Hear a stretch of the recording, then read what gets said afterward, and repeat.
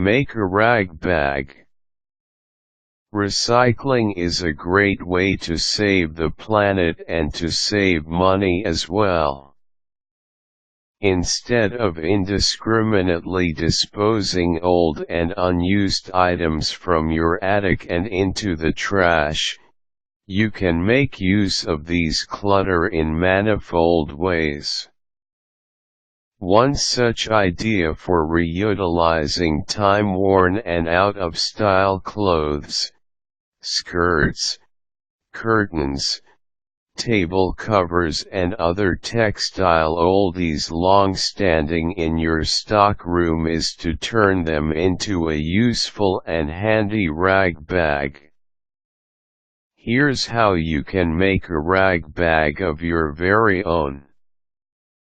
Prepare all needed materials.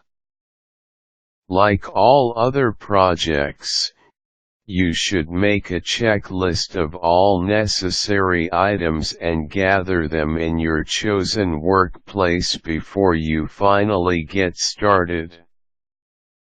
This will make it easier for you and you'll be able to finish your work faster, perhaps in one sitting alone, without in-between disturbances of having to go look for missing materials.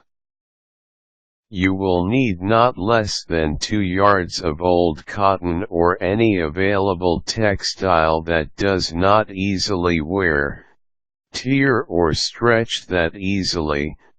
Different colors are preferred, a needle, a spool of resilient thread, color of your choice, a pair of sharp and handy scissors, and a handful of safety pins. Cut into strips.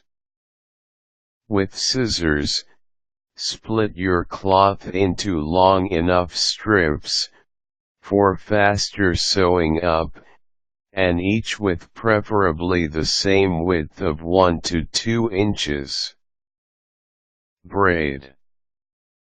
This method is quite the same with fashioning a braided rug. Get 3 strips of cloth, preferably of different colors, and carefully clump their ends, attaching them to a nearby cushion using safety pins. If you have a partner for this project, have him hold the bundled ends securely as you start making a neat and taut braid.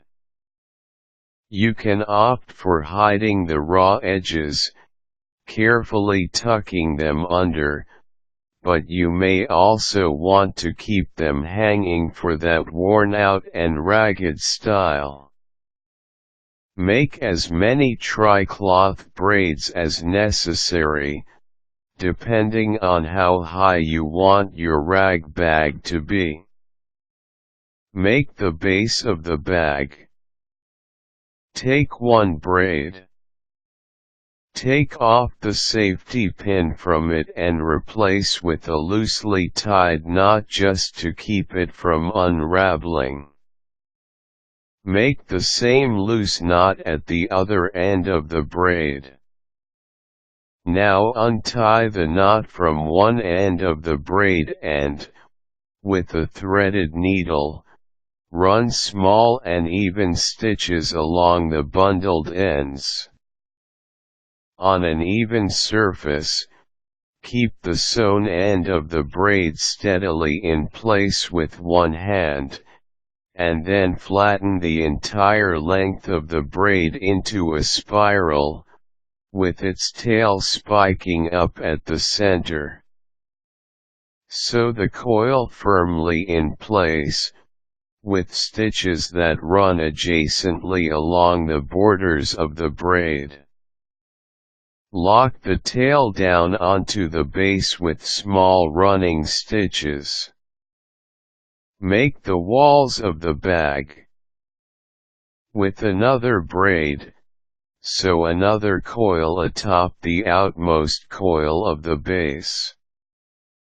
Work your way upward, continually placing coils atop each other and subsequently sewing them up securely and evenly. Stop once you're satisfied with the height of the bag. For the topmost and final coil, cut the braid's end and, with your threaded needle, lock it onto the inside of your new rag bag. Make the handles.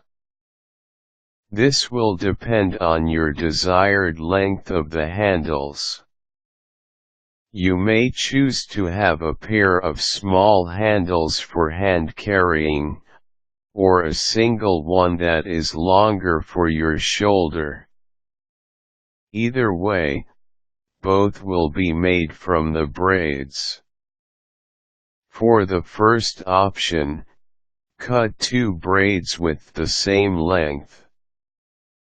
Sew them securely onto the upper coil of the bag opposite one another.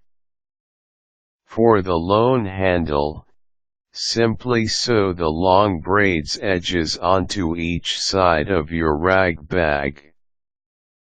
Making your very own rag bag is a great way to exercise your creative muscles.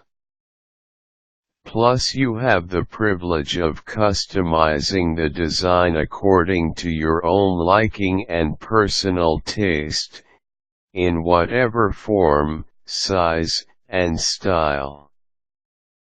Good luck.